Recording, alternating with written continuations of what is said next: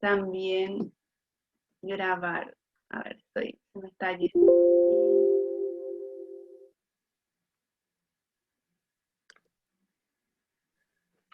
Vamos en 82 personas. Qué bueno. Ahora vamos a empezar a transmitir desde el canal de la Asociación de Kinesiólogos y Fisioterapeutas del Paraguay que nos prestó. Pasa que subimos recién hace poco se abrió el canal del grupo y no nos dejan todavía hacer vivos. Hay algo ahí, una tecnología. Somos amateurs en la parte de socialización por redes, entonces hacer vivos hay algo ahí, una tecnología. Somos amateurs en la parte Eso es en YouTube. socialización. Ahí ya estamos por YouTube. Ya. Cuando quieras, Gloria. Sí, podemos Sí, empezar sin problema. cuando tú digas. Un ratito. Ahí se ve la pantalla. Sí, se ve perfecto. Voy a volver a compartir porque yo no estoy viendo la pantalla. Ahí veo, sin problema. Podemos empezar, doctor Francisco, sin problema. Sí, démosle nomás. Ya, partimos entonces. Bueno, para nosotros es un gran placer dar inicio a este webinar que está orientado, ¿cierto?, a la celebración del Día Mundial de Duchenne y a la iniciativa que hemos tenido un grupo de profesionales del área de la salud, específicamente en los cuidados respiratorios, en este día que encontramos que es sumamente importante y que queremos compartir con la familia y con los pacientes y con quienes los cuiden, el lanzamiento de una guía que está centrado en los cuidados respiratorios vinculados a las distintas etapas por las cuales el paciente con Duchenne va avanzando, desde que es pequeño hasta que va creciendo y luego se transforma en un adulto que tiene que tomar decisiones autónomas. El Grupo Iberoamericano de Cuidados Respiratorios en Enfermedades Neuromusculares es un grupo que nace hacia el año entre el 2012 y el 2015, en la medida en que algunos latinoamericanos que han ido estando en algunas pasantías con el doctor John Bach, fisiatra de New Jersey en Estados Unidos, que tiene una amplia experiencia de más de 40 años en el ejercicio de los cuidados respiratorios no invasivos, ¿cierto? Se va relacionando con este grupo de latinoamericanos inicialmente y posteriormente iberoamericanos, y empieza a suceder una serie de actividades de formación y después cada uno en sus centros y en sus países empieza a extender el conocimiento que se ha ido adquiriendo en conjunto con el doctor John Bach. El año 2015 fue el primer tour latinoamericano que se hizo en Chile, después del 2016 se hizo uno de capacitación en la ciudad de Montevideo, en Uruguay, y posteriormente se han hecho actividades en la Argentina, en Chile nuevamente, y posteriormente el año pasado y antepasado en el Paraguay. Así que se han ido consolidando algunas formas de hacer que tienen que ver entonces con la difusión del el conocimiento que ha ido aquilatando a lo largo de los años John Bach. Así que nos decidimos a tratar de preparar durante el mes de agosto y los primeros días de septiembre, ¿cierto? Esta guía que ya está por las redes, ¿cierto? Y que hay distintas maneras de poder hacerse con ella, y que apunta entonces a lo que les decía, que es el cuidado respiratorio de los pacientes con enfermedad de Duchenne. Hay un material complementario que es una guía verde que debemos reconocer el impulso de Silvia Guillén, que es una kinesióloga de Montevideo en el Uruguay, para transformar el material de una manera mucho más didáctica y accesible, pensando ya en básicamente como target de ella el paciente y su familia. Vamos a hacer una pequeña presentación que la vamos a dividir en tres partes. Una parte introductoria que yo voy a mencionar algunos conceptos muy básicos y después vamos a meternos de lleno en las etapas entonces del paciente con Duchenne a lo largo de la vida, ¿cierto? Y las oportunidades y ventanas para la intervención que tienen estos pacientes. En la primera diapositiva queremos centrarnos nuevamente en la importancia de la conmemoración que este día tiene, y en la segunda diapositiva, ¿la puedes pasar, Gloria, por favor? Estos son los objetivos, digamos, que las organizaciones se han puesto, las organizaciones vinculadas, ¿cierto? Fundaciones y organizaciones vinculadas a Duchenne, ¿cierto? Se han puesto para este día y para los días que siguen, ¿cierto? Dar a conocer la enfermedad, que se tome conciencia de la existencia de lo que es la enfermedad y qué conlleva para el paciente, su grupo familiar y el impacto que produce, ¿cierto? No solo en el paciente, sino que en la totalidad de la familia.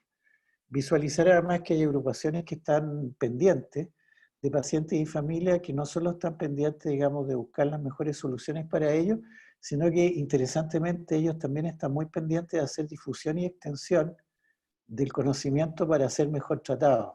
Eso es muy interesante porque en lo que hemos ido viviendo a lo largo de este año pandémico, digamos, es que el interés crece en distintas instancias para ir por este objetivo, que es el de los mismos pacientes y su familia, entrar en una comunicación fluida con los profesionales de salud que los cuidan para lograr los mejores objetivos posibles en el área de los cuidados respiratorios.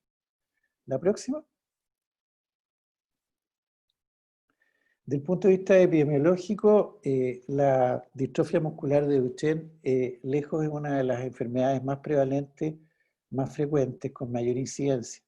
Se estima, ¿cierto?, que la incidencia a través de screening varían entre 3.800 a 6.200 recién nacidos vivos, y la prevalencia estimada con un intervalo de confianza bien cerrada en cerca de 8 por cada 100.000 hombres. Ahora, el punto que sigue es bien importante. De alguna manera, las enfermedades neuromusculares se han ido relacionando con la posibilidad del tratamiento a través de fármacos de alto costo que han sido definidos, ¿cierto?, como medicina de precisión para tratar de abordar las mutaciones genéticas que las producen. Sin embargo, ¿cierto?, en el caso específico del Duchenne, la cura para la enfermedad está aún todavía lejos, hay avances bien notables, pero los avances más significativos están centrados en un porcentaje de los pacientes que no va más allá del 15%, que tiene una mutación con un stop codon prematuro, y por lo tanto ahí hay un target para uso de un fármaco específico. Por lo tanto, esto pone de relieve cuál es importante, ¿cierto? Dar cabida, ¿cierto?, a intervenciones lo más oportunas posibles para el deterioro funcional respiratorio que se va produciendo en algún momento de la vida de estos pacientes, y de esa manera mantenerlos de la mejor manera posible, con una buena calidad de vida y una buena sobrevida, que es la experiencia que ha tenido fundamentalmente el doctor John Bach. La próxima.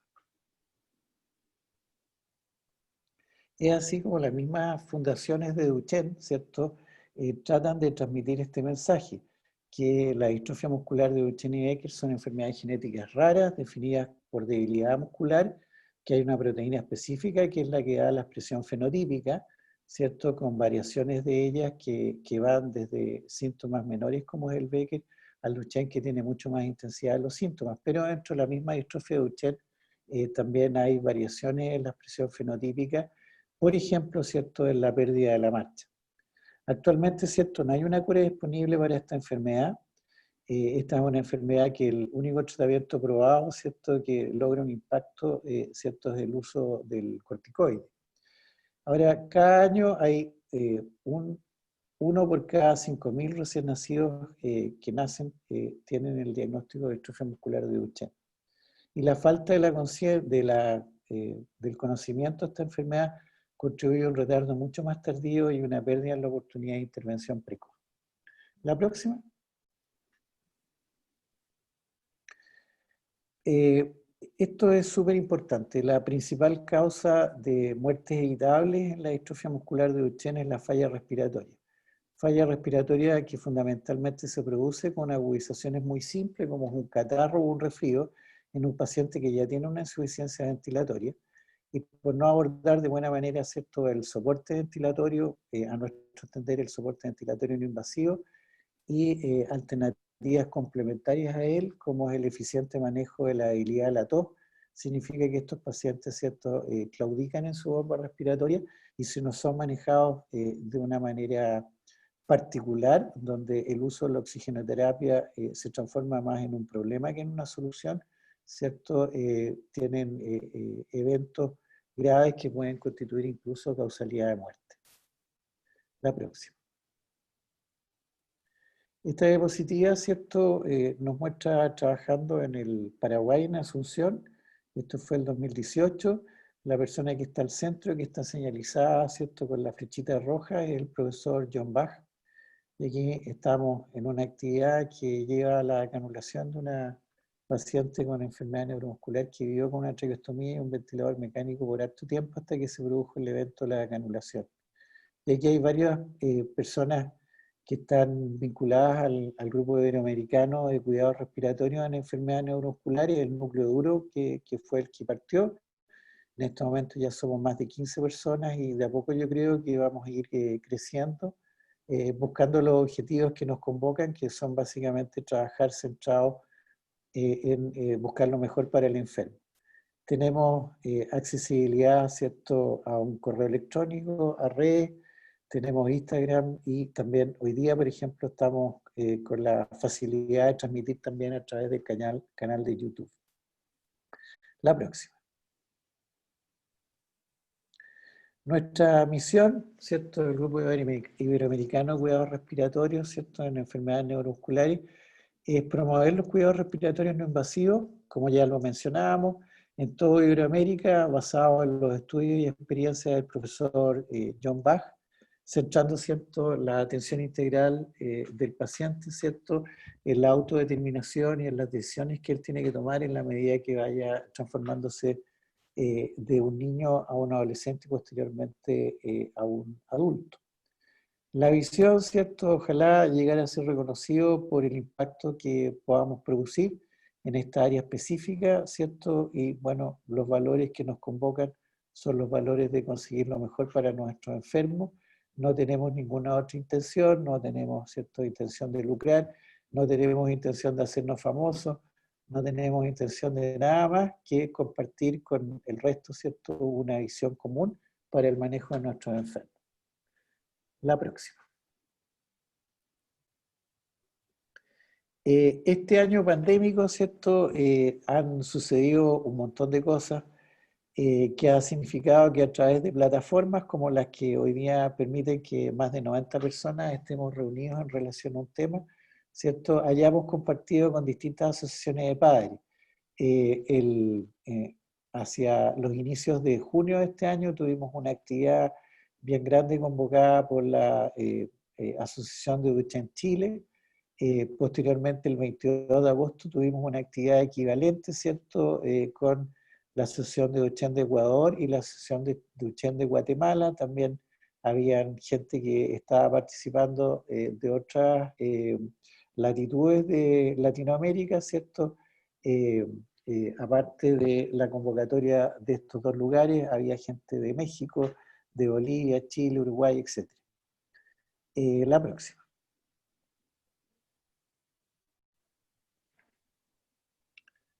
Para el otro lado, eso. Y esta fue una actividad bien interesante que se hizo al alero de las organizaciones en el Paraguay, que nos permitió en un Zoom hablar de los cuidados respiratorios de pacientes con enfermedades neuromusculares en tiempos de COVID. Y ahí tuvimos la suerte que pudimos participar con el doctor John Bach, que nos dio una visión súper interesante de cómo abordar el soporte respiratorio, no solamente para los pacientes con enfermedades neuromusculares, sino que también para pacientes con COVID sin enfermedad neuromuscular. Fue bien interesante la distintas opiniones que se fueron generando en el debate posterior a las presentaciones de un caso clínico que hizo John. La próxima.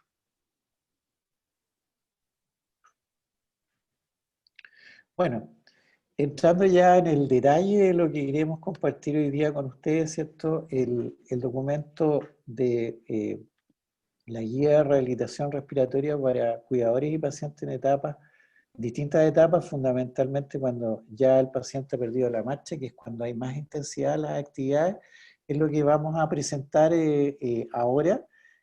Van a haber dos personas que nos van a hacer un resumen de las distintas etapas, que es la licenciada Gloria Concepción del Paraguay.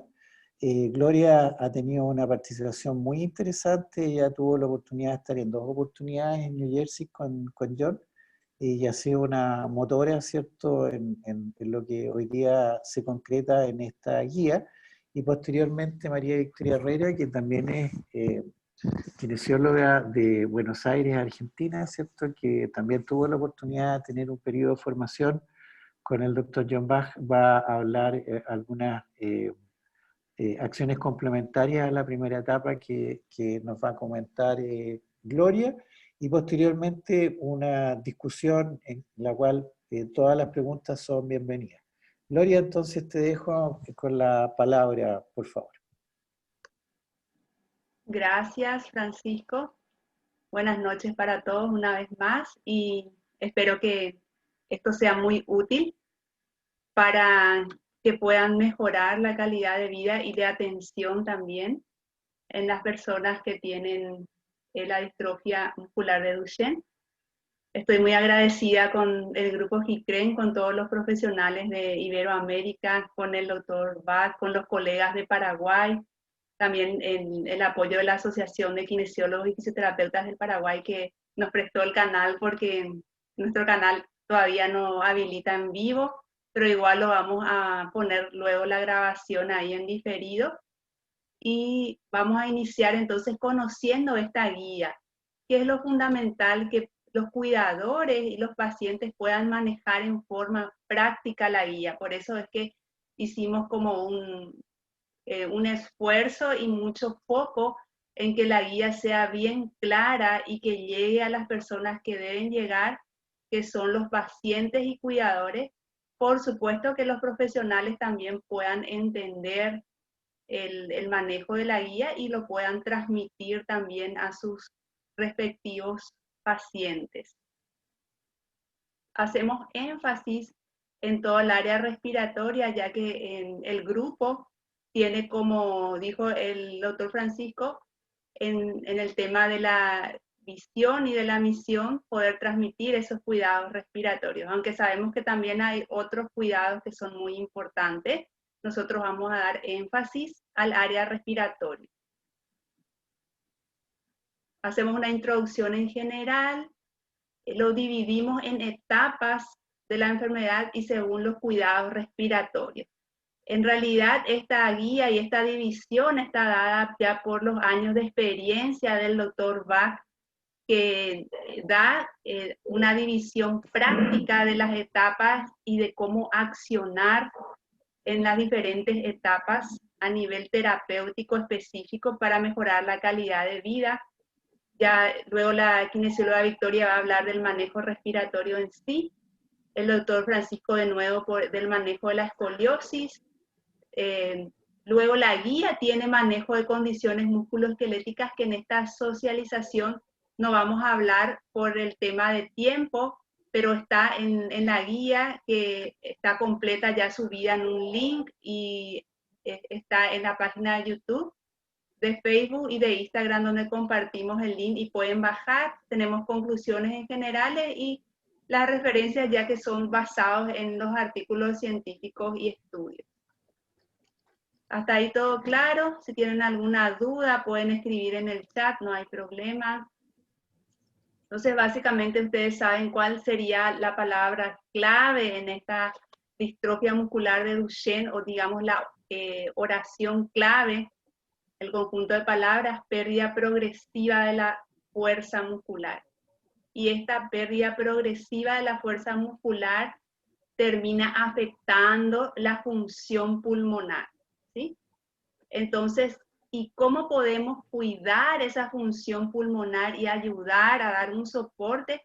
Con pruebas sencillas que se puede hacer para precisar la capacidad vital y también la capacidad de toser, que sería la funcionalidad de la tos y el manejo de secreciones. Y en base a eso se instalan los cuidados respiratorios que van a impactar en forma beneficiosa la calidad de vida. Entonces, ¿en qué se basa todo esto? En protocolos de rehabilitación respiratoria, restitución de la capacidad vital con insuflaciones activas o de apilamiento de aire, que eso nos va a mostrar la kinesióloga Victoria, asistencia manual de la tos y mecánica también, más soporte no invasivo para poder respirar mejor y evitar las intubaciones orotraqueales y también las traqueostomías. Y todo esto va a llevar a una mejor calidad de vida, ¿sí? Cualquier duda pueden ir escribiendo en el chat, que estamos para poder ayudarlos a clarificar todo. Entonces, estas etapas de la enfermedad, y de acuerdo, es muy importante tener en cuenta que debemos hacer una etapificación de la enfermedad, tener en cuenta los cuidados respiratorios y por sobre todo educación y asesoramiento para el autodireccionamiento, que viene a ser eso, empoderamiento y autonomía, ¿sí? De la familia y de los pacientes, más entrenamiento de los cuidadores. Esto es importante, por eso lo pusimos, que el grado de la pérdida de la capacidad vital, ¿qué es la capacidad vital? La cantidad de aire que entra y sale de los pulmones en una respiración normal. Y esa capacidad vital, eso que nosotros metemos y sacamos, que pasa en la distrofia muscular de Duchenne, va reduciendo de 0,3 por año. En realidad, a partir de los 10 a 20 años en general. Pero esa reducción es mayor en quienes pierden la marcha más temprano, ¿sí? Y es muy importante el asesoramiento temprano e informado, también el soporte psicológico es necesario para prevenir dinámicas familiares contraproducentes. ¿Qué quiere decir eso? Que la familia pueda tirar para arriba, apoyar, ¿sí? Porque muchas veces por confusiones, en vez de tirar para arriba, tiran para abajo, ¿sí? Entonces, todo eso es para fomentar actividades orientadas a resultados positivos. Las etapas ya en sí, básicamente en forma práctica, según la experiencia y los estudios del doctor Bat, la dividimos en etapa previa a la silla de ruedas, etapa de la silla de ruedas y etapa de sobrevida prolongada con calidad preservada. ¿Sí? Aclaro que hay otras guías internacionales generales que dividen con otra nomenclatura, pero esta es, digamos, la división de las etapas en forma práctica que nos da el doctor John Bat, ¿sí? Y con esto se tienen en cuenta consideraciones médicas, ortopédicas, rehabilitación, habilitación y también el área cardiorrespiratoria, ¿sí? Y de acuerdo a esto se organiza y puede ser abordada.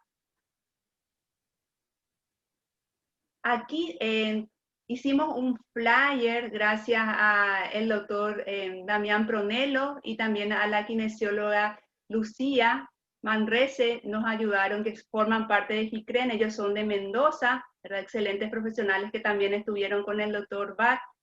Dividimos en general esas etapas y pusimos también con los colores del semáforo, ¿verdad? Que esto también nos dio una idea a la kinesióloga Herrero, Victoria Herrero. Entonces ponemos en verde etapa presilla de ruedas, etapa de silla de ruedas amarillo y la etapa de sobrevida prolongada y calidad preservada ya roja. Entonces, de acuerdo a eso, básicamente los que recibieron la invitación ya pueden tener esto es lo básico y es el mensaje de esta guía de cuidados respiratorios, ¿sí? Por sobre todo tener en cuenta la educación y el empoderamiento y vamos a ir hablando las diferentes etapas ya en otros cuadritos. Entonces, en la etapa de pre-silla de ruedas, tener en cuenta, como dije anteriormente, educación y asesoramiento para empoderamiento y autonomía, ¿sí? Que se sienta partícipe de lo que está pasando y tener dentro de lo que pueda esa autonomía, no el victimismo. Tener en cuenta las terapias médicas para preservar la fuerza muscular, hacer movilizaciones para prevenir o reducir las contracturas de los tejidos blandos del tórax, las extremidades, intervenciones ortopédicas y terapias de medicina física para prolongar la deambulación sin ortesis. Eso también es importante que los profesionales ortopedistas sean capacitados en el área, ¿verdad? Dispositivos asistidos para facilitar la deambulación, para poder ayudar a que puedan caminar y otras actividades de la vida diaria.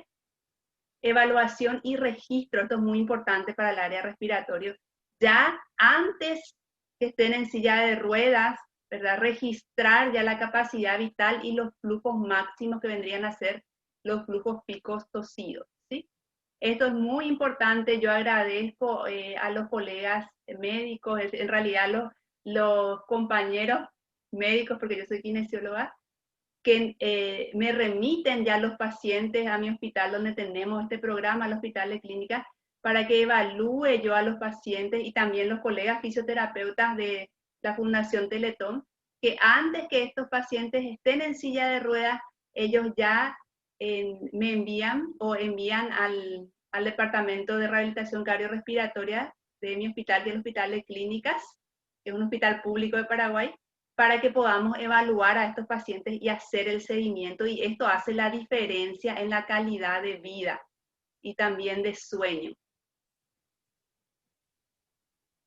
Ya en la etapa de silla de ruedas se sigue con la educación y el empoderamiento, se sigue también con correcciones ortopédicas de la columna, de deformidades de la columna, que es muy importante, es otro pilar fundamental en el tratamiento de esta afección, que también el doctor Prado luego va a hablar un poquito más.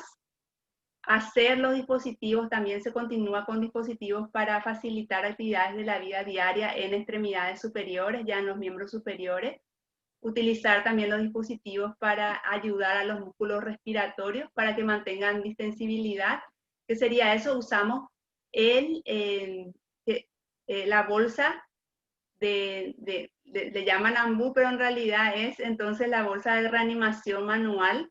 A veces suena muy fuerte reanimación, entonces a veces cuando yo le pido a los pacientes para su bolsa de reanimación, dicen, pero le va a dar un paro, dice así, porque asocian mucho con que eso solo se usa en paros cardiorrespiratorios. Sin embargo, nosotros lo usamos para ejercicios respiratorios, ¿sí? En pacientes que no están agudizados. También se puede usar en pacientes agudos. Seguir con la evaluación y registro de la capacidad vital, del flujo pico tosido, y es muy importante el tema, como lo dije anteriormente, estudios no invasivos nocturnos, porque generalmente esa insuficiencia ventilatoria por la debilidad de los músculos se presentan cuando están durmiendo. Y ahí en la fase REM, que es la fase donde los movimientos oculares son más rápidos, ahí se instala esas alteraciones que pueden hacer aumento de dióxido de carbono, que indica hipoventilación, y puede haber un poco de desaturación en consecuencia. Entonces, esto es muy importante, este estudio no invasivo, que es específicamente en tener en cuenta el registro de oxígeno, saturación arterial de oxígeno y dióxido de carbono expirado, ¿sí? El soporte ventilatorio no invasivo es muy importante para prevenir esa hipoventilación. Pueden iniciar el soporte ventilatorio no invasivo durante el sueño, es decir, cuando duermen por las noches o si duermen de día, es importante que tengan su soporte ventilatorio si es que ya se detectó algún aumento de dióxido de carbono o que respira más levemente, digamos, más superficialmente durante el sueño. ¿Y cómo ustedes van a saber eso? Que si es que al día siguiente se levanta con dolor de cabeza, o le cuesta atención, tener foco en algo, pérdida de la memoria, malestar en general. ¿Vieron que de repente cuando dormimos mal nos levantamos al día siguiente con un ánimo no tan bueno? Bueno, si eso es frecuente en los chicos, sospechen ya de que puede haber alteraciones del sueño. Entonces ya pedir ese estudio de monitorización, ¿sí? Lo antes posible. Eso va a mejorar su calidad de vida y su rendimiento durante el día. Hacer protocolos de soporte ventilatorio no invasivo y también la tos asistida. Si nosotros encontramos que ese flujo pico tosido es menor a 270 litros por minuto, que se mide con un flujómetro o con un asistente de la tos, ya vamos a instalar un soporte, una ayuda para la tos, una asistencia para la tos, ¿sí? Que nos va a hablar también más la kinesióloga Victoria. Y en la etapa de sobrevida prolongada con calidad preservada, palabra clave, calidad preservada, ¿sí? Seguir con la educación, el empoderamiento, la autonomía para cuidadores, pacientes, familias. Ya los dispositivos para facilitar las actividades de la vida diaria en las extremidades superiores. Ya un soporte ventilatorio no invasivo continuo. ¿Qué quiere decir eso? De día y de noche va a tener su soporte ventilatorio, su ventilación no invasiva, ¿sí? Y va a tener también su asistente mecánico de la tos, que es insuflación y exsuflación, para prevenir las neumonías. ¿Por qué? Porque si hace una buena expansión de tórax y una tos adecuada que pueda ser productiva, van a sacar las secreciones y no se va a reinfectar eso.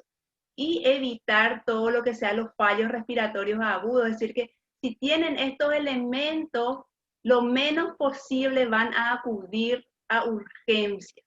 Y eso es muy importante porque ustedes saben que estos tipos de pacientes, cuando entran a urgencias, muchas veces no les entienden y cuesta todo un tema porque quieren instalar primero oxígeno, eso le complica más, le aumenta el dióxido de carbono, hace mayor insuficiencia ventilatoria. Entonces, es fundamental que ya tengan todo su equipamiento de soporte continuo ventilatorio y de asistencia de la tos.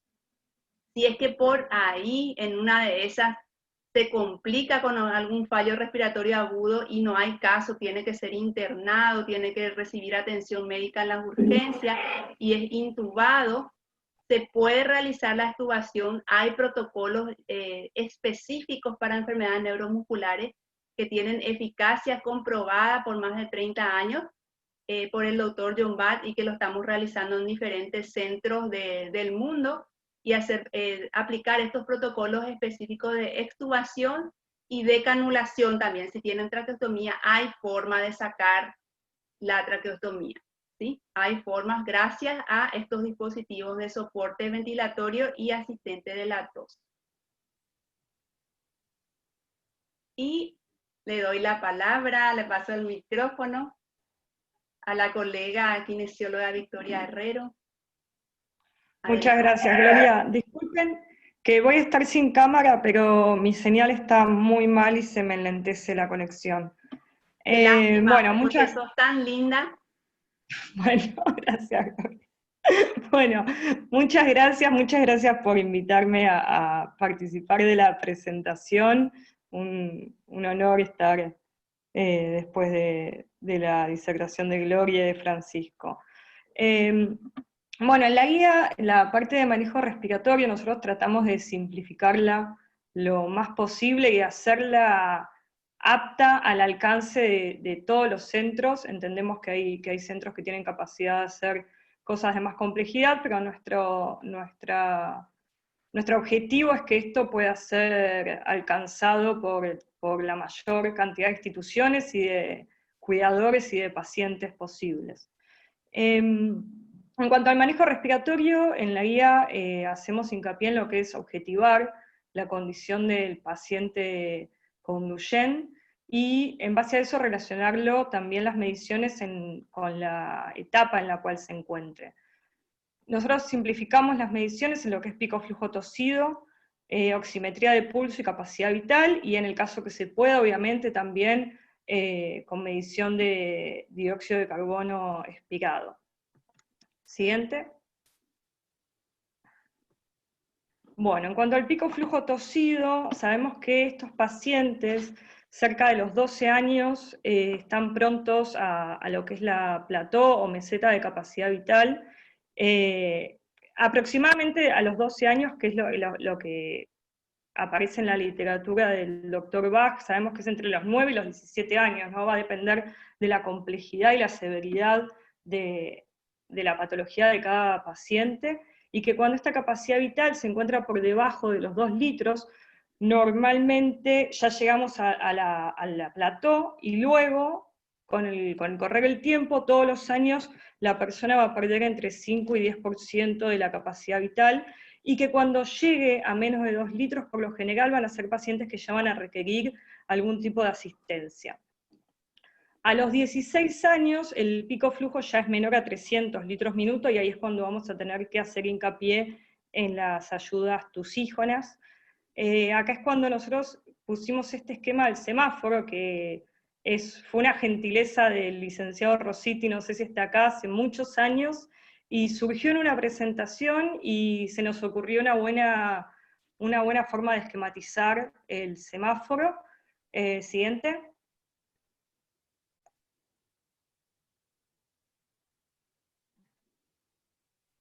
Donde sabemos que si el pico flujo tosido es mayor a 270 litros minuto, ese paciente lo vamos a tener que reevaluar, pero que por el momento sin asistencia no va a requerir ninguna. Si ese pico flujo tosido sin asistencia es mayor a 270 litros minuto, no va a requerir más que una reevaluación.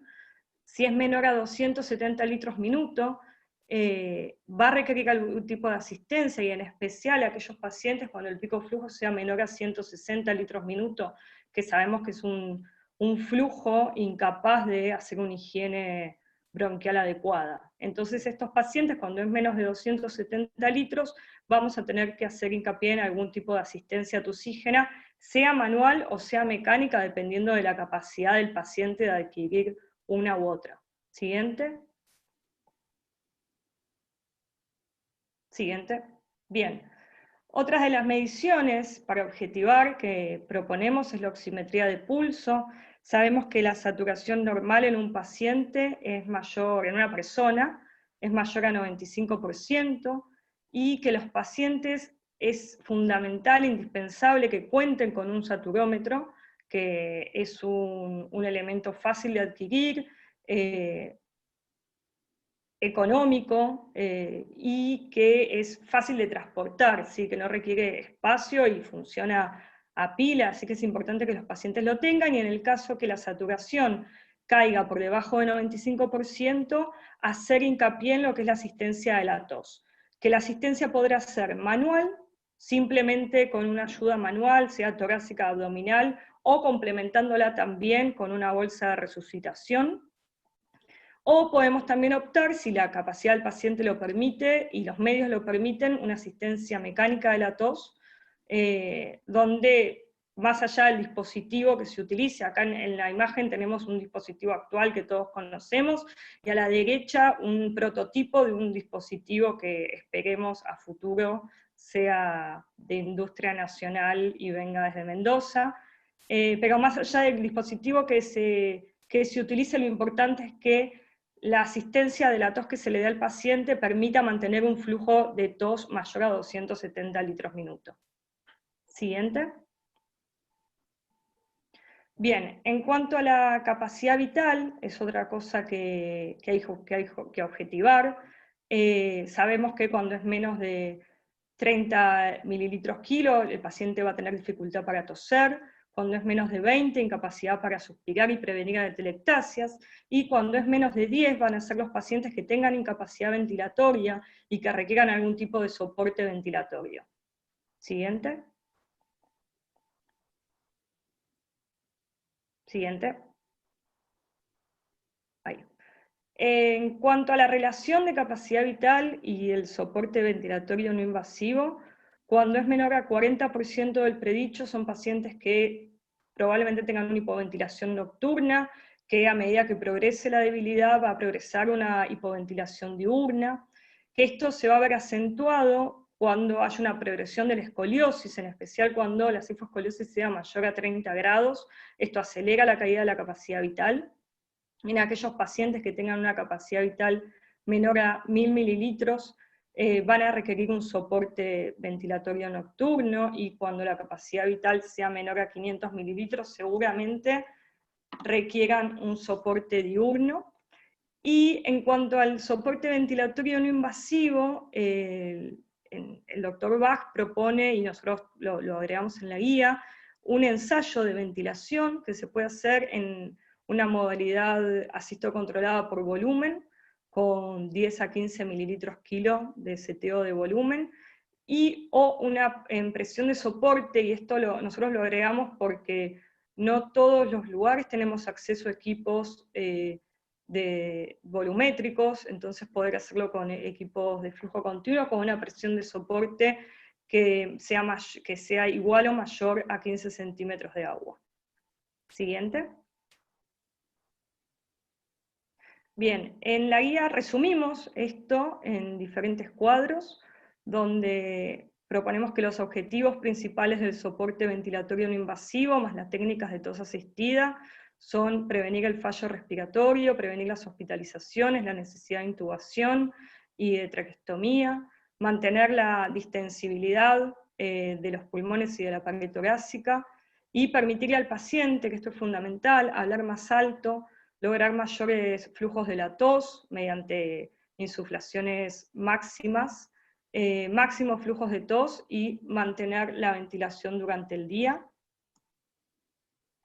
Siguiente.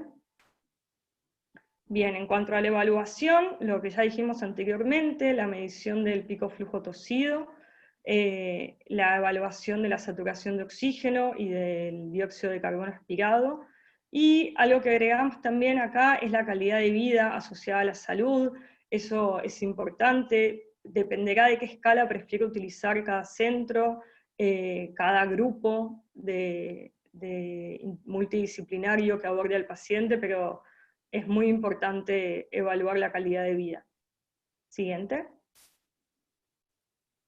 Bueno, en cuanto a las intervenciones, proponemos, en el caso que el paciente lo requiera, soporte ventilatorio no invasivo, ayudas para mantener la distensibilidad y aumentar la capacidad inspiratoria con air stacking, con bolsa de resucitación. Importante evaluar el aprendizaje de la respiración glosofaringia, y protocolos de tos asistida, sea mecánica con un insuflador y exsuflador mecánico, o con una asistencia manual de la tos también. Siguiente. Bueno, acá le paso a Francisco la palabra en cuanto a escoliosis. Muchas gracias. Ya. Oye, gracias por la oportunidad de volver al manejo de la escoliosis. Me entretuve leyendo el chat. Ya hay observaciones y preguntas bien de fondo que yo creo que van a hacer que la mesa redonda sea muy interesante. Hay una pregunta de María Angélica Palomino. Ella es pediatra, trabaja en Chile, en el Centro de Enfermedades Raras de la Clínica Las Condes, y hace una pregunta muy interesante de cómo o cuál es la aproximación que uno puede tener a los estadios más iniciales, una vez hecho el diagnóstico de Duchenne en fases también precoces.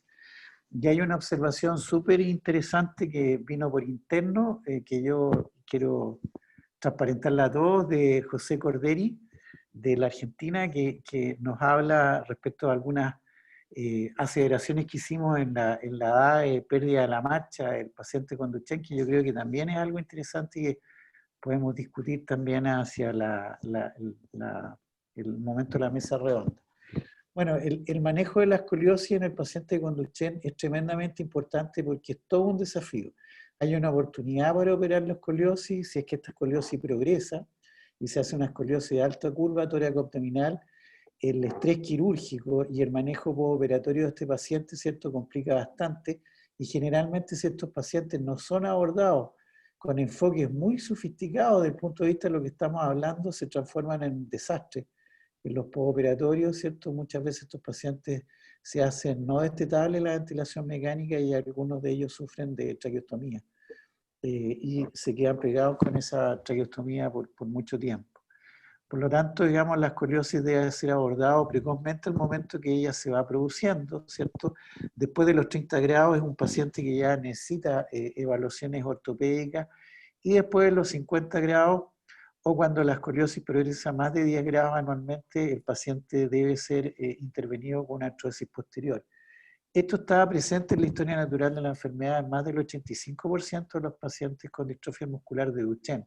Por lo tanto, el manejo de la escoliosis y el momento de la artrosis sí es un evento que hay que conversar con las familias de manera adelantada, y hay que conversarla con todo el equipo de salud para poder llegar con el paciente de la mejor manera al estrés quirúrgico que esto significa. De hecho, en la próxima diapositiva hay una gráfica que no está para nada escalada, pero que apunta a que en la medida que hay una angulación de la columna que progresa por arriba de los 30 grados, hay una importante disminución y significativa disminución de la capacidad vital. Y por lo tanto, cuando los pacientes tienen angulaciones sobre los 50 grados, muchos de ellos ya tienen valores del predicho de la capacidad vital que está por debajo de 40. Hay muchos pacientes que inician, ¿cierto?, la cifoscoliosis, ¿cierto? Y la etapa de inclinación por la angulación, la etapa ambulante aún, pero obviamente que es la etapa de la pérdida de la marcha y el inicio de la vida en silla, ¿cierto?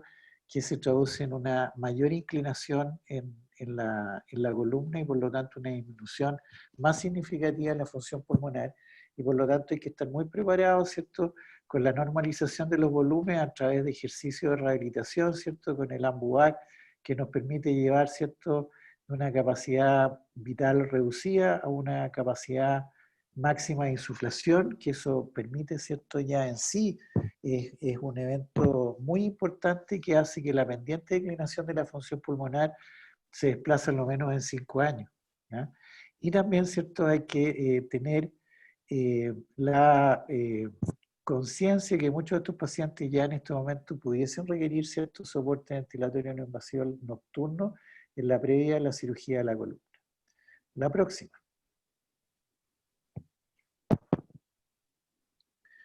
Y las conclusiones, ¿cierto?, están puestas acá, ¿cierto? Es súper importante desde la perspectiva nuestra, ¿cierto?, que el conocimiento científico, ¿cierto?, debe ser difundido, impulsado y fortalecido para lograr las mejores capacidades, habilidades y destrezas, ¿cierto?, de todo el equipo de salud, médicos, enfermeras, kinesiólogos y fundamentalmente familiares y cuidadores de estos pacientes, para optimizar y garantizar el apropiado manejo y las ventanas de oportunidades de intervención precoz para la rehabilitación y habilitación respiratoria. Es súper importante, ¿cierto?, saber que el soporte ventilatorio no invasivo, la tos asistida, el apilamiento de aire son ejes centrales en la rehabilitación de estos pacientes, sobre todo cuando se ha perdido la marcha, cuando la capacidad vital ha llegado al plató y empieza a declinar, cuando los volúmenes pulmonares medidos a través de la capacidad vital están por debajo de los 2000 cc, y sobre todo, ¿cierto?, ya generalmente después de los 16 años, cuando el pico flujo tosido disminuye a los 300 litros por minuto, que significa que ese paciente, se hace cualquier agudización respiratoria muy banal, como un resfrío, puede claudicar en su bomba respiratoria y llevar a fallo ventilatorio. Las estrategias complementarias, ¿cierto?, son sumatorias. El soporte ventilatorio no invasivo no es nada si es que no hay tos asistida. La tos asistida se puede hacer a un costo muy bajo con un AMBUAC, como ya lo mencionó, ¿cierto?, la Gloria y Victoria. Y otra cosa que es muy importante, los estudios funcionales respiratorios pueden ser de bajo costo, evaluando, ¿cierto?, básicamente la capacidad vital y evaluando la capacidad tusígena, ¿cierto?, con las maniobras, ¿cierto?, de flujo pico tosido. Y desde el punto de vista, ¿cierto?, de lo que está pasando en el sueño, evaluaciones, ¿cierto?, a alto costo con medicina del sueño, en realidad pueden ser sustituidas de una manera sensible y específica con mediciones de oxicapnografía durante el sueño para ver qué es lo que está pasando con la hipoventilación nocturna en los primeros estadios, ¿cierto?, de la insuficiencia ventilatoria de estos pacientes. Me parece que esta es la última, hay una diapositiva más que es la seguramente de agradecimiento. Bueno, nosotros queremos agradecer fundamentalmente a los pacientes con Duchenne y a sus familias por la confianza, por la resiliencia, por la empatía, por la ayuda que generan entre ellos, por cómo también nos estimulan a nosotros a buscar las mejores soluciones posibles y por toda su intención de ir cada vez mejor. Dicho esto, si les parece, podemos ir abordando las preguntas que se han hecho a través del chat y si hay alguien que quiere intervenir, ¿cierto?, pidiendo la palabra, estamos encantados de poder entre todos abordar las preguntas o observaciones.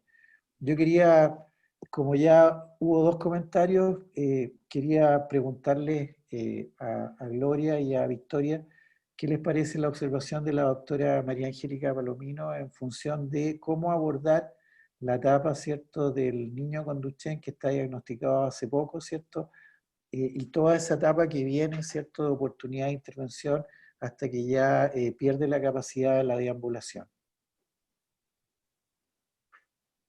Yo creo que la indicada para esto es Gloria, que es quien tiene experiencia en pediatría.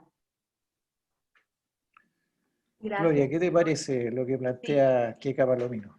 ¿Puedes leer de vuelta para ser bien precisa en la respuesta? Porque Está la Keka, así que Keka, si quieres te damos el micrófono para que hagas la pregunta ahí a vos.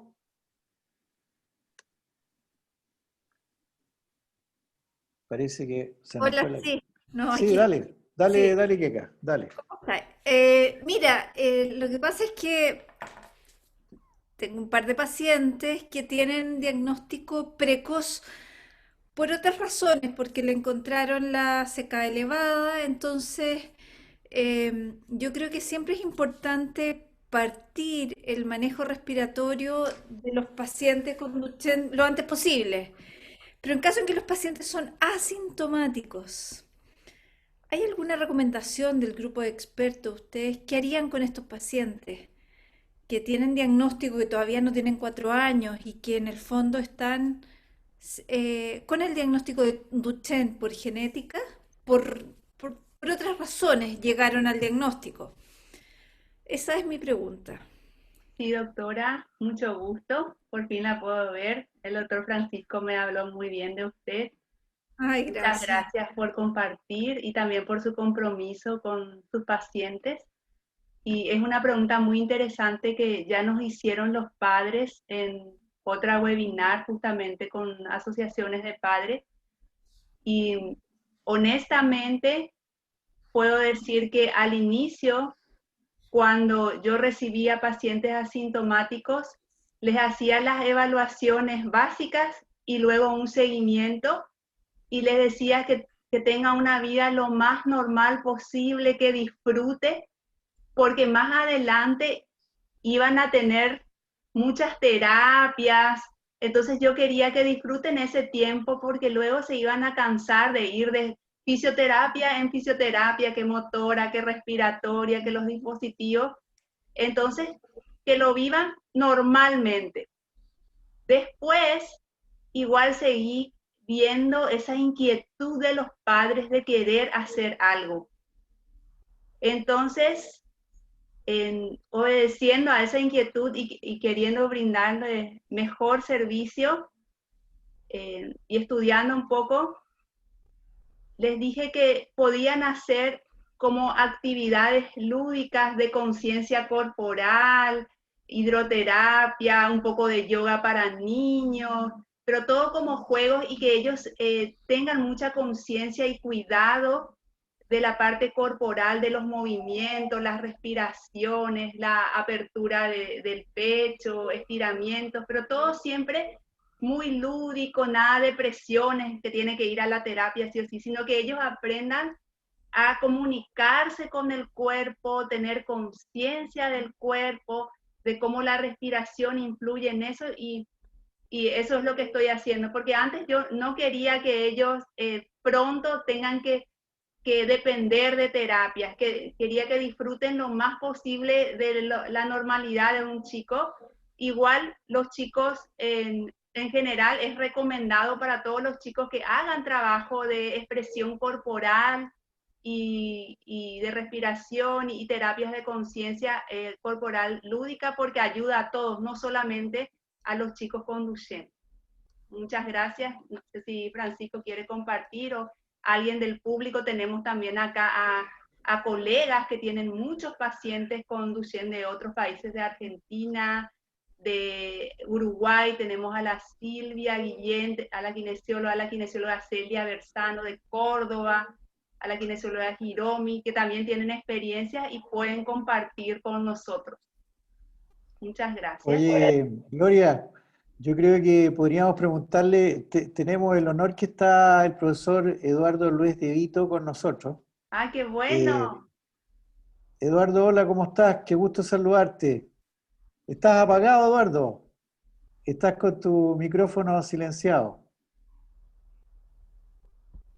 ¿Está apagado tu micrófono, Eduardo? Ahora. ¿Qué tal? Ahora sí te escuchamos. Hola, buenas noches. Qué gusto tenerte por acá. Gracias por la invitación y poder escucharlos. Oye, Eduardo, ¿tú tienes alguna posición respecto a intervención precoz en pacientes con distrofia muscular de Duchenne desde el punto de vista de habilitación o rehabilitación respiratoria o motora en general antes de que pierdan la capacidad de la marcha? Mirá, nosotros no tomamos los pacientes con pediatría, ¿de acuerdo? Desde edad tan chiquititos. Nuestro laboratorio siempre se caracterizó por empezar a atender pacientes a partir de los 8 años, 7 años, 8 años, que es cuando son buenos para hacer maniobras de espirometría, de flujo pico y demás, ¿no? Porque no tenemos aparatos como más específicos para los pacientes que no colaboran con las perfusiones del tórax y las oscilaciones forzadas y todo eso que vos conocés muy bien. De manera que la experiencia nuestra es a partir de los 8 años. En ese momento ya hay un poquito de restricción y sobre todo lo que hay más que nada es debilidad muscular respiratoria o normal o leve. Yo estuve viendo, cuando uno revisa las guías del Blue Journal y guías neurológicas de distrofia de Duchenne, recomiendan empezar el seguimiento respiratorio cuando empiezan a estar sentados en silla de ruedas. Y eso es variable, porque algunos pueden estar sentados a los 8 años y otros están sentados a los 12 años y otros están sentados a los 18 años. Con el grupo de Dubrovsky y Cordelli que está ahí presente, hicimos Deflasacor versus un grupo no tratado, y sin Deflasacor el 100% de los pacientes estaba sentado a los 2 años en silla de ruedas. Y ahí es cuando dicen que hay que empezar a medirlos más, si no hace falta una cosa más cercana al año, porque ahí es cuando al sentarse en silla de ruedas, ustedes lo saben muy bien, la columna empieza a torcerse más y el trastorno restrictivo empieza a aumentar muchísimo porque pierden la bipedestación, ¿no? Y es un poco cuando nosotros los empezamos a ver, más o menos a esa edad. Habría que preguntarle a ver al grupo otro grupo que ve pacientes con Duchenne más chiquititos. Yo no veo pacientes de Duchenne a los 4 años. Empiezo a ver a partir de los 7, 8, Francisco. ¿Entendés? Ok, te agradezco. Seguro que ahora los vemos, porque ahora por suerte, en el caso de Argentina, hay muchos equipos que están haciendo en el Garrahan, en el Gutiérrez, que están agarrando pacientes en edad pediátrica cuando antes nadie los agarraba, o nadie los atendía, y entonces nosotros derivamos nuestra atención de Duchenne a los pacientes muy mayores, adultos, adultos, bien adultos, entrados los 25, 30, 35, 40 años, 44 años, 45 años, tenemos Duchenne de esa edad. Y no vemos pacientes ahora de 7 años de edad, por ejemplo. No vemos. Muchas gracias. Francisco. Yo quería preguntarle ha sido ya interpelado en 2 oportunidades a José Corderi. ¿Cuál ¿Qué es tal? su ¿Cómo mirada? andan? Sí, con Eduardo ya 70 y pico de años que andamos todos juntos en el grupo. Sí, tenemos niños chicos, y es cierto, en los trabajos, nosotros en el grupo Synergy se intentó hacer espirometrías a los 6 años, los kinesiólogos nos suicidamos, y por regla, menciono el trabajo del Synergy porque es el trabajo contra el que compite todo el mundo. Ahí Francisco mencionó la Taluren y otras medicaciones. Si podemos será a los 7 y si no, cuando ya necesitamos más evaluación, Sergio Monteiro, que anda por ahí abajo escondido, es quien ve las evaluaciones, el licenciado Sergio Monteiro, coequiper de Eduardo en el ANARI. Pero con respecto a lo que mencionó Gloria, me gusta lo de darles actividad. Nosotros a veces no indicamos kinesio en niños chicos si no hay alteraciones. A lo sumo les enseñamos la elongación a los papás. Es no saturarlos. Tenemos chiquitos que no han hecho kinesio en toda su vida. Uno de los chicos viene de Mar del Plata, dejó de caminar hace 1 año y medio y tiene 20, sus padres médicos, y siempre la kinesio la hizo él, y por acá hay unas kinesiólogas que he estado con él y saben de quién hablo. O sea que esto es un tema de contexto. ¿Y por qué digo de contexto? Eduardo mencionó el de Flasacor. Los chicos tratados están caminando hoy, y si me permiten compartir, no sé si voy a poder, con Deflasacor en la Argentina. Gloria, si me permites. Te pongo de cojos, ¿quieres compartir? Sí, no hay problema. Bueno, ponme cojos, Eres libre. que es una de las cosas que queremos hacer hincapié, no me deja, que queremos hacer hincapié en esta campaña, 7 de 9, es que el diagnóstico temprano y la medicación, y Ahora por eso se puedes hizo probar. hincapié Perdón, José, puedes probar. Ok, acá está. Esto que ven acá, ay, perdón, ¿se me fue? Está entrando. Ah, ok. ¿Por qué no quiere entrar? Ese fue. Estaba diciendo que estabas por compartirla. Casi fue gol, casi fue bueno, gol. Sí, así casi ganamos los campeonatos, ¿vieron? Y los perdemos todos. Bueno, esto ya parece una... Ahí está, ahora sí. Ahí está. ¿Por qué no lo puedo ver? José, una consulta. ¿Ustedes a qué edad están partiendo con el corticoide, con el Deflasacort? Ni bien está el diagnóstico. Hasta los 3 años, a los 5, dependiendo del diagnóstico, como dijo Eduardo, y dependiendo de condiciones clínicas. Perfecto. El doctor Dubrovsky se maneja mucho, y tú eres pediatra, así que en esto vale mucho el criterio, no tanto las guías. Como sabes, a nivel mundial nadie se ha puesto de acuerdo con respecto a cuándo empezar. Hoy hablaba Eduardo Malfatti al respecto, y el otro día habló el catalán. Miren, esto que ven acá es un PowerPoint. Hay 260 pacientes de mi grupo, hay 1.800 evaluaciones, y si ustedes ven rayitas que caen al 0. Tiempo de pérdida de marcha. La primera a la izquierda, 7 años, y aquí hay chicos caminando con 22. Tenemos un chico que caminó hasta los 24, y tenemos una curva, ¿sí?, que es esta curva azul, que esto es mundial, nos da a todos, con una caída acá, histórica, y una caída más adelante, los tratados, y llegando a un promedio de 14. Por eso yo te hice el reclamo en privado, acá están, perdón, del tema de poner la pérdida de marcha tan acá abajo, cuando hoy estamos acá, como dijo Eduardo, con los tratados. Entonces, en este 7 de 9 hay que hacer hincapié en el diagnóstico temprano, que reclame el tratamiento médico que existe, más allá de Taluren, Golodirsen o la terapia génica, que es lo que está hoy por verse, que hay mucho. Entonces, estos chicos llegan acá, ¿sí?, por tratamiento clínico de parte de los pediatras, de parte de los neurólogos, un trabajo de mantenimiento. Los chicos que más han caminado es porque han estado bien apoyados, y esta es la pelea con Eduardo: cuanto mejor están, más alejamos el tratamiento con él. Yo creo que la observación que nos hiciste tú respecto a el haber puesto el corte de la pérdida de la marcha a los 12 años es plenamente válida por el impacto que puede tener la población con la oportunidad de encontrarse con un diagnóstico apropiado. Yo creo que en lo que sí estamos todos de acuerdo es que es súper importante que en la etapa previa a la pérdida de la marcha el corticoide vaya lo más cerca del diagnóstico posible y el diagnóstico sea lo más precoz posible.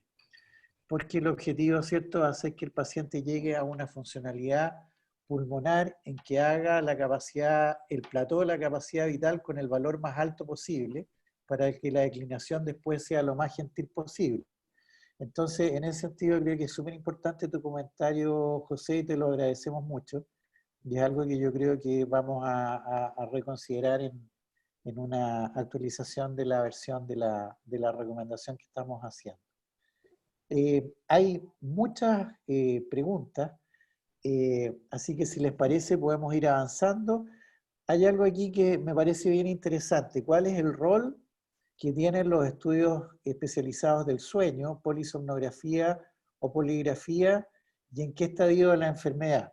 Yo supongo que el rol significa en la oportunidad de intervención en la rehabilitación respiratoria de estos pacientes, o en la posibilidad de la intervención de elegir el mejor momento de oportunidad para el inicio del soporte ventilatorio no invasivo. Nos acompaña el doctor Daniel Centeno de Chile, Concepción. Él ha trabajado con los programas nacionales de ventilación no invasiva hace más o menos unos 15 años y trabaja bastante en medicina del sueño, así que quería preguntarle al Daniel si está por ahí, si nos puede dar su opinión. Y después la misma opinión quería pedírsela a Daniel Pronello. Ya. Hola, Pancho. Hola, Hola a Daniel. todos. Excelente ¿Estás con iniciativa. pijama? Te veo con pijama, Daniel. Es que no sabía que me iba a llamar. No, no estoy con pijama. Estaba atento escuchando. Bueno, yo creo que el mejor estudio es el que se tiene disponible, ¿ya? Y lo más completo que seamos sería mejor. Creo que los estudios de sueño son un aporte, que la polisomno es el gold estándar, idealmente con capnometría, pero si no se cuenta, poligrafía, saturometría, capnometría solo, y no olvidar que los predictores diurnos de trastornos respiratorios del sueño son súper importantes, ¿ya? O sea, yo creo que no nos tenemos que limitar a un estudio específico, sino al contexto clínico de cada paciente, y llegar lo antes posible a todos los tratamientos que implican los aspectos neurológicos, los aspectos respiratorios, la rehabilitación respiratoria, y, y como les digo, no ver exámenes, sino ver pacientes, ver pacientes. Y así yo no tengo polisomnografía o no tengo poligrafía, voy a tener otro estudio. Gracias, Daniel. Gracias, Daniel, por haber estado en la reunión y por tu opinión. Damián, tú que tuviste la oportunidad de hace más o menos un año estar con John Bach y viste un poco cómo él organiza el trabajo y la oportunidad de intervención de los pacientes. ¿Qué te parece a ti el tema de estudios de sueño y herramienta como para tomar decisiones en el manejo de estos pacientes? Bueno, antes que nada, buenas noches y felicitaciones por la charla. La verdad que es un gusto escucharlos. Mirá, lo que siempre se planteaba ya que lo que más valor tenía era la oxicapnografía nocturna, obviamente. Si bien hay unas guías de pacientes neuromusculares, que son las británicas, que dice que la saturometría nocturna también tendría utilidad en los pacientes neuromusculares, yo creo que lo ideal sería medirse principalmente por variables de función pulmonar, como puede ser la capacidad vital. En este caso, hace poquito publicamos un artículo con el doctor John Bach, que mostrábamos que muchos pacientes que tenían disminución de la capacidad vital y tenían hipercapnia no presentaban desaturaciones nocturnas. Entonces creo que lo ideal sería la variable más evidente que tenemos como para registrar es la capacidad vital como marcadora al deterioro de lo que es la respiración, principalmente en una primera etapa de nocturna y después diurna. No sé si... Ok, gracias Damián. Mira, nosotros le vamos a dar la palabra a Celia y a Eduardo después, pero un poquitito en relación a lo que comentamos nosotros en la recomendación que hacemos. No, nosotros no estamos en oposición a los estudios especializados del sueño, para nada. La medicina del sueño nos parece que es algo muy interesante, pero sí pensamos que en los pacientes con enfermedades neuromusculares posiblemente hay otras constantes de la funcionalidad respiratoria, donde la capacidad vital y la capacidad tusígena del paciente nos permiten la toma de decisiones en forma bastante tiempo dependiente para la ventana en la oportunidad que tenemos de intervenir a estos pacientes. Y que, como decía Damián, probablemente los estudios oxicapnográficos sean de mucho mayor rendimiento cuando uno quiere abordar un número grande de pacientes, vinculados también a aspectos que tienen que ver con los costos que tienen los estudios especializados de sueño en condición de laboratorio, etc. ¿no?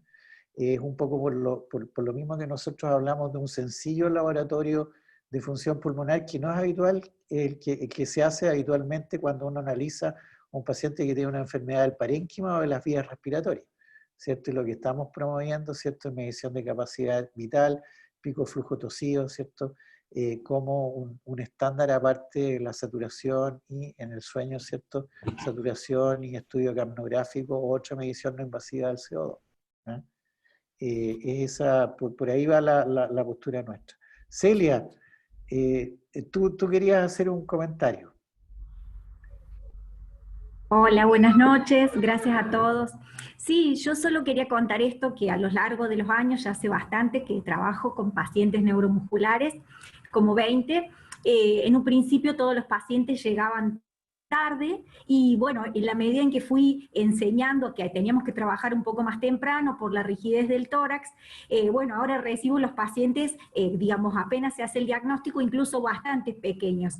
¿Qué veo? Que mientras más pequeños les enseñamos las maniobras de hiperinsuflación, o sea, el uso de la bolsa, los pacientes tienen el tórax más flexible, aprenden más fácil, aprenden a toser cuando todavía tienen fuerza, porque el tema es que cuando perdieron la fuerza y si encima el paciente tiene algún tipo de compromiso cognitivo, cuando es más pequeño comprende más, es capaz de apilar y lo va haciendo como un hábito. Cuando empiezan a ser más grandes y si encima nos toca en una etapa así de adolescente, de más resistencia, más difícil de enseñar, más difícil de lograr que se adapten al programa. Entonces, ¿qué he visto yo que todavía no lo he podido documentar? Es que mientras más pequeños, más se adaptan, más aprenden. Los padres también tienen otra interacción con ellos porque es una cosa que llevan a cabo los padres, sin que sea una cosa sistemática de terapia, sino una educación familiar.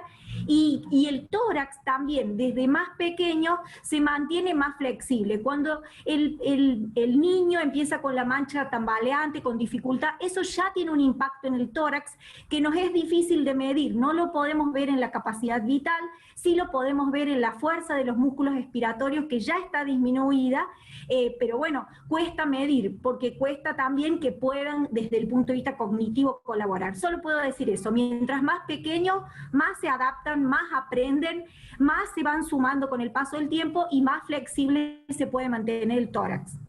Gracias. Muchas gracias, Celia. Eduardo, tú querías hacer un comentario. Sí, no, con Celia hemos intercambiado mucho y siempre decimos que nadie aprende a nadar cuando está ahogándose, ¿no? Me sopló Cordelli también. La ventilación invasiva es mucho más espectacular, ¿no? Pero en una estadística que hicimos con Bach y con Goncalves de Portugal, los pacientes empezaban a usar ventilación invasiva a los 22, 23, 24 años.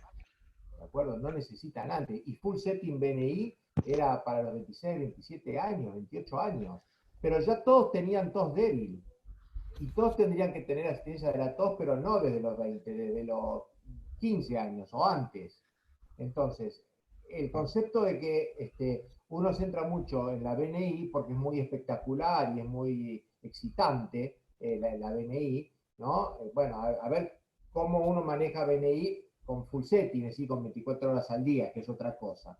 Pero mucho antes de eso, está la asistencia de la tos, como decía Celia. Me parece que eso es lo más importante. Y la morbimortalidad, primero está asignada por mala tos e incapacidad para aprender, para haber aprendido, de no haber aprendido a nadar cuando se estaba ahogando, antes que usar la ventilación invasiva, mucho antes, como 10 años antes. Ese es un punto importante. Y el otro punto que también lo hemos escrito con Francisco en algunas guías que hicimos, que tuvimos oportunidad de compartir de capítulos, es el tema de la ventilación, de la polisomnografía. La polisomnografía es un estudio que está diseñado para detectar apneas obstructivas, centrales y mixtas en un paciente que tiene fuerza muscular normal, que tiene un tórax normal, aunque puede estar un poquito obeso, que no tiene para nada parálisis diafragmática y que toda la respuesta de apneas obstructivas, centrales, flujo y esfuerzo respiratorio es la de una persona normal. Entonces, un paciente con distrofia muscular no tiene nada de eso. ¿Cómo vamos a detectar aumento de la resistencia a la vía aérea en el sueño en un paciente que tiene 20 de Pimax? A ver, explíquenme, ¿no? O cómo vamos a detectar hipopnea en un paciente que tiene, respirando tranquilo, 150 de capacidad vital o 200 de capacidad vital, esos son los pacientes que tenemos nosotros, ¿no? De ventilargos, 200 de capacidad vital y el flujo tiene que caer a la mitad tiene que morirse el paciente para detectar hipopnea. Entonces, es muy difícil, y esto lo decimos nosotros y lo dice Bach en un artículo también, la polisomnografía tiene una utilidad no limitada, hay que medirla en el contexto del paciente. De un paciente que no tiene la fuerza muscular que tiene la respuesta que tiene un tórax rígido, que tiene un abdomen que se mueve mucho si el diafragma le funciona, pero con un tórax absolutamente duro, digo, no los de 8, 10, 12 años, los que necesitamos más adultos, ¿no? Eso por un lado. Y vos dijiste, Francisco, oxicapnografía. Esa palabra es clave, porque en estos pacientes no interesa saber si tiene un poquito, honestamente, voy a hablar así directo, un poquito de apneitas y tiene un índice de 8 o 10 de apnea-hipopnea, pero no tiene ninguna repercusión y a lo mejor se arregla de otra manera, a lo mejor con CPAP. Cuidado con eso. Lo que hay que buscar en estos pacientes es hipoventilación. Hipoventilación. Y la polisomnografía infiere la PCO2, infiere la hipoventilación, pero no la mide. ¿Y qué es lo que la mide? Lamentablemente, un transcutáneo de CO2. Lamentablemente es así. Si no tiene precapnia diurna, que lo sacamos con los gases, es transcutáneo de CO2 nocturno, que es lo que usamos nosotros y lo que usan en Francia también, y también lo que usa John Bach cuando necesita usar, no la polisomnografía. Yo trato la hipoventilación de los neuromusculares, no que ronque un poquitito el neuromuscular. Ese es el concepto que tenemos nosotros, que está compartido por otros. Otros no, otros dicen que el primer estudio que hay que hacer es una polisomnografía porque todos tienen trastorno del sueño. Claro, pero el tema es ponerle la BNI a un chico que tiene 8 años, que a lo mejor lo único que tiene es amígdalas grandes, ¿no? Es otra cosa, es otro enfoque el del neuromuscular con la polisomno. Muchas gracias, Eduardo, por tu comentario tan interesante. Hay dos preguntas que se vinculan. Una, lamentablemente, no me fijé bien quién la hace, pero dice, ¿por qué no plantean ustedes la medición también de las presiones estáticas? Entiendo que las presiones, el Pimax y el Pmax. Y hay una pregunta de la doctora Carolina Campos. Ella es una neumonóloga chilena que trabaja en un proyecto muy interesante, neuromusculares, en Santiago de Chile, que pregunta por el rol potencial del entrenamiento con válvula de umbral regulable, IMT. ¿Qué les parece a Gloria, a Celia, a Victoria, a Silvia y al conjunto de los 66 participantes que van quedando a esta hora de la noche? Sí, Francisco. La primera pregunta en cuanto a por qué no se considera en la evaluación específica evaluar PIMAT y PEMAT, yo también le hice al doctor Bach porque hay otros hospitales y servicios neuromusculares o protocolos que ponen como evaluación de PIMAT y PEMAT, y le pregunté a él y a su terapista respiratorio, a Luz Saporito, por qué, y me dice John Bach de que de la enfermedad de base es la debilidad muscular y eso va a ir deteriorándose, y que lo más importante es la funcionalidad. ¿Y en qué se mide esa funcionalidad? En cuánto aire puede entrar, salir, en la capacidad vital, y cuánto puede sacar en la tos, si la tos es efectiva o no, que es flujo pico tosido.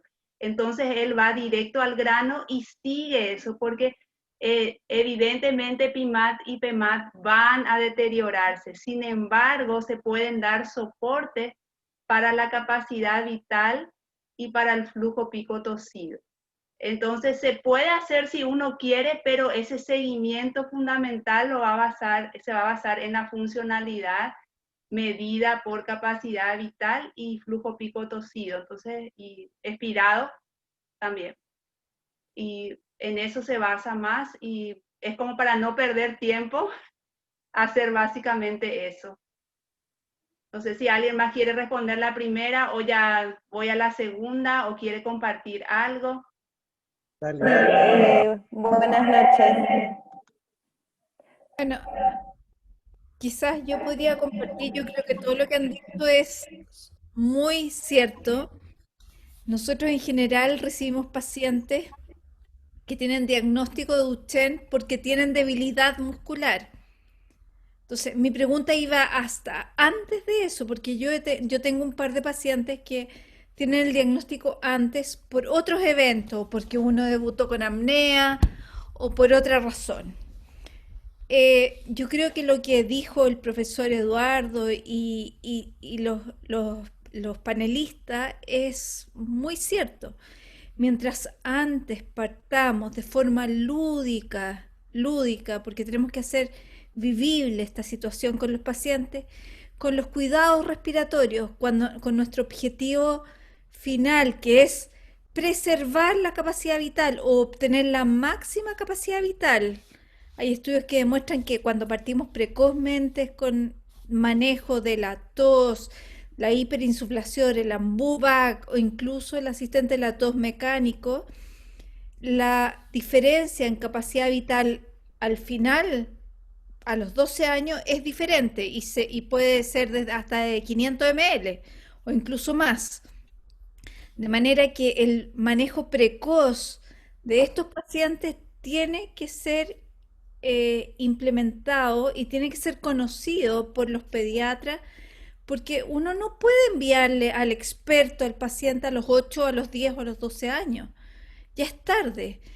Alguien mencionó lo que es la flexibilidad del tórax.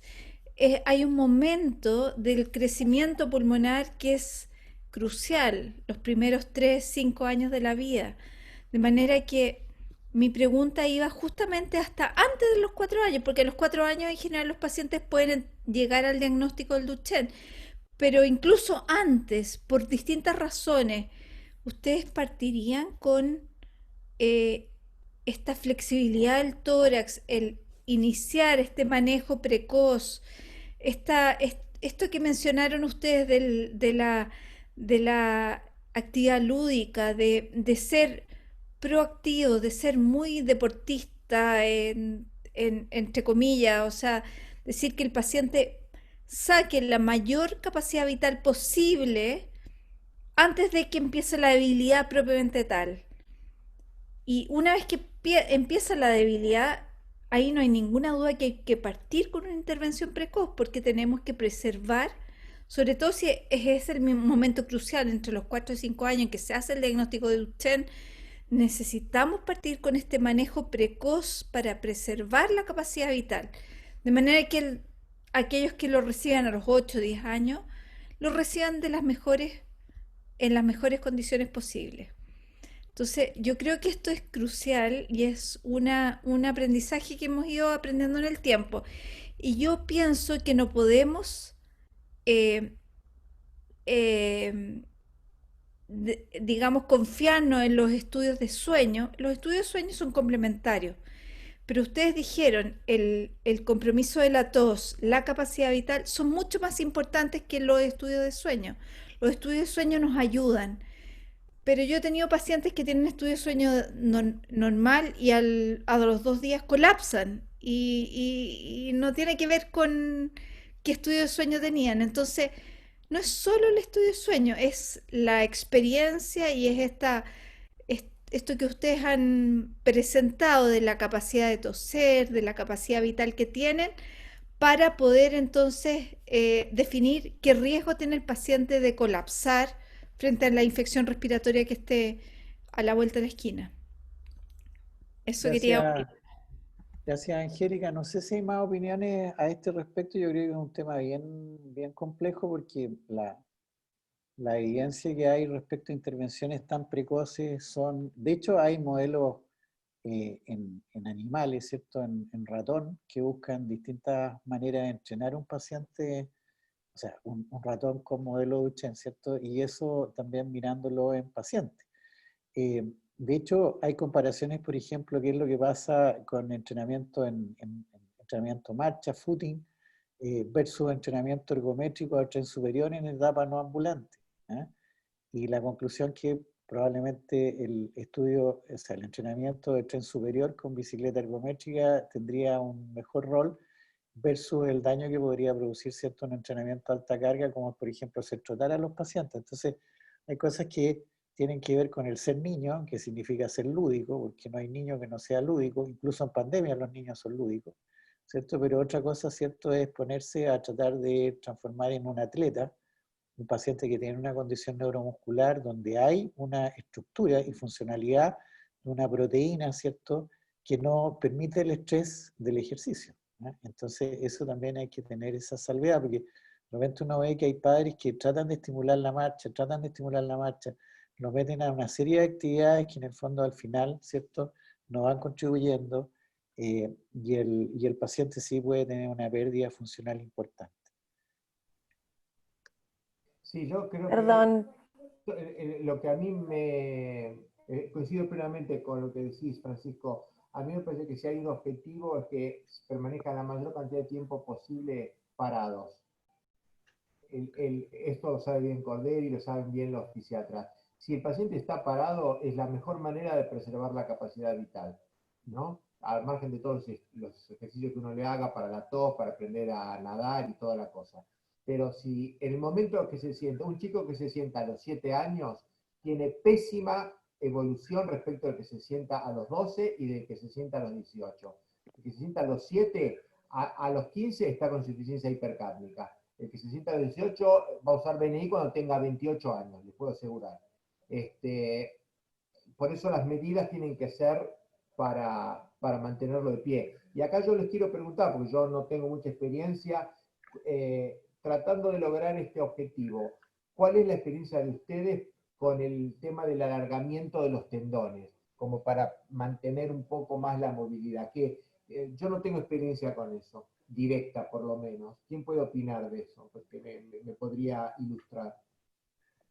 ¿Qué opinan los que saben? Cordero levantó la mano. Ok. Vamos a hacer hincapié en algo. El alargamiento tiene que ser en equipo. Por ejemplo, nosotros lo maneja el neuropediatra, lo termino evaluando yo, si no, no va al ortopedista. Si el niño es operado y llega al ortopedista sin manejo posterior de kine para que lo siga viendo, nos arriesgamos a pérdida de marcha. No hay una guía, pero sí un chico con mucha debilidad de cuádriceps, cuando es operado está muy cerca de perder la marcha o perderla después de la cirugía. Hemos tenido chicos, uno operado en medio de un protocolo, el de knockout de miostatina en el cual participamos, se lo operó en medio del protocolo, se paró él solo. Pero un chico con un North Star de 30, que caminaba 450 metros, se lo operó y volvió a hacer 6 minutos en la siguiente evaluación y había perdido solo 50 y los volvió a recuperar. O sea, el tema de la oportunidad es lo más importante. Claro, si no hay que operarlo, mejor. Eduardo conoce a alguno que han llegado a los 20 años sin cirugía. El chico que más caminó del grupo nuestro, que es de Misiones, llegó a los 24 sin cirugía. El de Mar del Plata que mencioné, Hiromi, estás por ahí, no te me duermas, también está sin cirugía. Y ya me olvidé la edad que tiene. Entonces, esos chicos, por ejemplo, empiezan con el BIPAP, o no, perdón, con el AMBU, mucho más tarde, tal vez no con el BIPAP, lo que dijo Eduardo. Eduardo le ha dado BIPAP a un paciente nuestro, pero muy adelante, porque han estado cambiando hasta los 20. Entonces, la elongación de los tendones es un tema de equipo, no es una cirugía programada porque sí, sino cuando complica la marcha y en el contexto de que se lo opera para que siga caminando. Si hay riesgo de que no, se hacen otros planteos. Y ahí es duro decirle a la familia el por qué no. Muchas gracias, José. A mí me ha llamado harto la atención cuando he tenido la oportunidad de ver pacientes con John Bach y cuando viene la discusión de los temas ortopédicos, sobre todo de cirugías que se hacen, ¿cierto? Y que en vez de ser un aporte para mantener la marcha, hacen que el paciente la pierda. ¿Ah? Por ejemplo, cirugía sobre el tendón de Aquiles, ¿cierto? Y como en el fondo hay otras cirugías, como es la anteposición, ¿cierto? El extensor, que sí ayuda y es favorable para que el paciente mantenga la marcha. Entonces, nuevamente creo que volvemos a lo mismo, y que tiene que ver con la integración de qué es lo que sucede con la marcha y con la función pulmonar. ¿Eh? O sea, mientras hay marcha, hay mejor función pulmonar. Mientras la marcha se pierde, hay peor función pulmonar. Y yo creo que en eso hay opiniones consistentes en que sí, eso es la realidad que pasa con estos pacientes. Entonces, creo que es importante y me parece que nosotros en el documento tratamos de fortalecer esa opinión de la importancia que tiene la marcha para los mejores logros de estos pacientes llevados en el tiempo. Francisco. Sí, dale, Gloria. Sí, quería compartir que el doctor Bach en su primer libro, uno de sus primeros libros, El Rojo, describe la técnica quirúrgica ortopédica para el tema de los tendones, y justamente cuando vino a Paraguay, él vio una paciente mía que estaba operada y ella tenía dificultades para manejar y él dijo que no era la técnica quirúrgica adecuada y me mandó su artículo científico, si quiero les comparto, para que yo hable con el ortopedista de la niña y le envíe, y él se ofreció a explicarle la técnica quirúrgica porque tiene una explicación bien biomecánica de por qué no funcionaba lo que hizo el ortopedista. Entonces, si quieren, les puedo compartir, no hay problema, porque creo que él quiere dar lo mejor que puede de su experiencia para que el resto del mundo también pueda aprovechar. Y es sorprendente cómo no solamente sabe de respiratorio, como es un fisiatra, es decir, médico de medicina física y rehabilitación, también maneja bastante bien y con practicidad esos temas. Gracias, Gloria. La pregunta del entrenamiento con válvula umbral creo que no la contestamos. Hasta donde nosotros hemos visto, ¿cierto?, entrenamiento con válvula en etapa previa a la pérdida de la marcha, no hay una sistematización de eso. Y después de la pérdida de la marcha sí hay un montón de intentos de lograr mejorías, ¿cierto?, fundamentalmente mejorando las presiones inspiratorias y mejorando también un poco la endurance de la musculatura inspiratoria.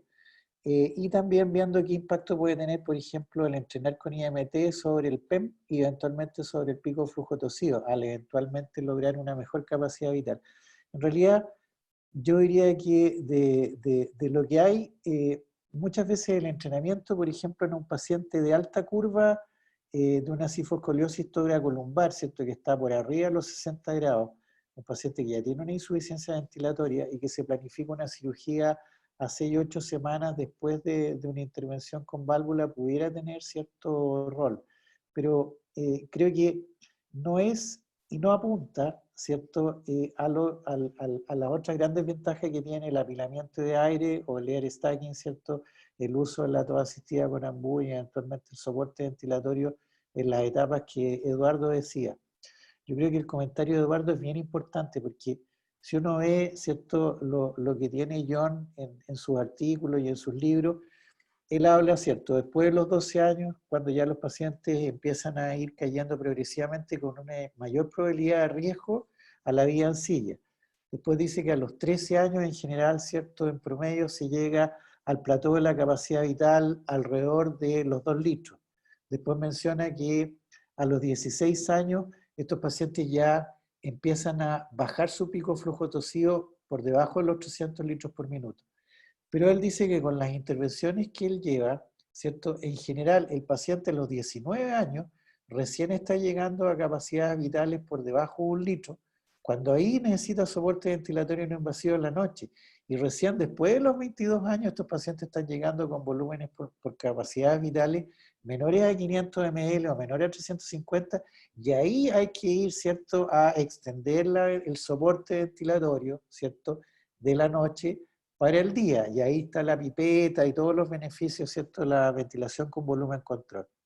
Y el otro aspecto que nosotros creemos que en el documento, ¿cierto?, tratamos de poner el detalle, es que soporte ventilatorio no invasivo no es lo mismo que asistencia con un generador de presiones en 2 niveles, con un span, con un diferencial de presión corto, que es lo que muchas veces vemos que se usa harto en medicina del sueño. Usar biniveles, ¿cierto?, con un diferencial de presión de menos de 10 centímetros, y para estos pacientes eso no sirve. Y como a diferencia, ¿cierto?, cuando uno usa ventilación en volumen control, puede usar, ¿cierto?, EPAP igual 0, por lo tanto, toda la presión que pone, ¿cierto?, es presión de soporte.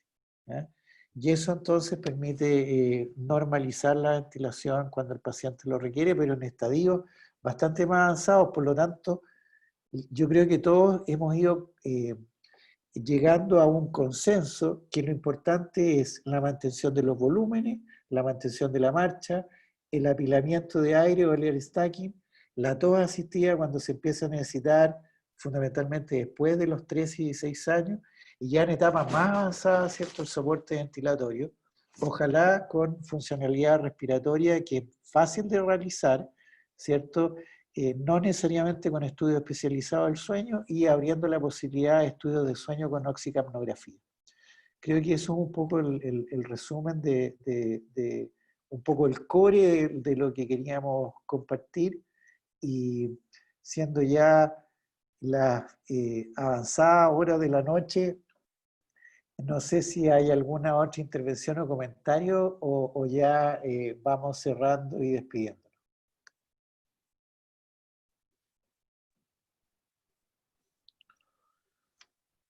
Silvia, Guillén, ¿algún comentario?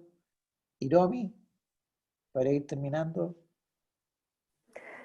Bueno, buenas noches. No, yo quería compartirles por ahí, digamos, nuestra experiencia que tenemos a veces con los pacientes en edad más precoces, y que es importante que el paciente se vaya familiarizando, porque tanto la evaluación del pico flujo, la Pimax, la Pmax, que nosotros vemos que tiene un valor relativo porque varía, digamos, a veces de medición en medición, sin que necesariamente represente una caída en la función del paciente. O sea, no es un valor como tan fiable como la capacidad vital forzada, y que tanto la capacidad vital forzada como el pico flujo toxido tienen para el paciente una curva de aprendizaje, y que por eso es importante que desde edades, digamos, se vayan realizando para que el paciente se vaya familiarizando. Y con respecto a lo que preguntaban antes, acerca, digamos, de si tener un abordaje proactivo, digamos, en todo el manejo respiratorio, en etapas tan tempranas, mi opinión es que yo haría hincapié justamente en las etapas tempranas, donde el paciente está asintomático o con pocas manifestaciones, en la terapia física, porque justamente tiene que ver con lo que se estuvo hablando, que mientras este paciente pierda la marcha más tardíamente, también mejor va a ser su su rendimiento, digamos, en términos de función pulmonar. Gracias, Hiromi, muchas gracias. Yo creo que estamos ya para el cierre. Comentarles que en realidad este grupo se ha ido formando como una agrupación, asociación anarquista de quiebre de paradigmas en época pandémica, inicialmente un poco de aburrido y después con mucha pega, mucho laburo por lo que ha ido sucediendo, pero que vamos evidentemente a hacer inclusión de todas las opiniones y vamos a hacer invitación de todos los que ya están más grandes y de los que están partiendo, para que ojalá entre todos armemos ciertos consolidados de experiencia y de compartir información que creo que benefician bastante en definitiva a los pacientes, ¿ya? Así que les agradecemos mucho y estamos muy contentos de haber tenido casi 100 personas en el momento pico de la pandemia de la conferencia de hoy. Muchas gracias, Francisco. Muchas gracias a todos los colegas, pacientes, familiares, a todos los presentes, y un honor para mí estar compartiendo con estos maestros. Y vamos a seguir aprendiendo y creo que juntos podemos más y podemos aprender más. Muchísimas gracias por todos los aportes. Vamos a seguir creciendo y la grabación de este encuentro tan importante va a estar en el canal de YouTube de GICREN, que abrimos hace poco, y tienen el correo, y también a los interesados que ya me escribieron por chat, les paso sin problema el artículo científico de la técnica quirúrgica ortopédica que mencioné, y estoy a disposición para todos, para seguir aprendiendo con ustedes. Muchas gracias a todos los países y a todas las personas.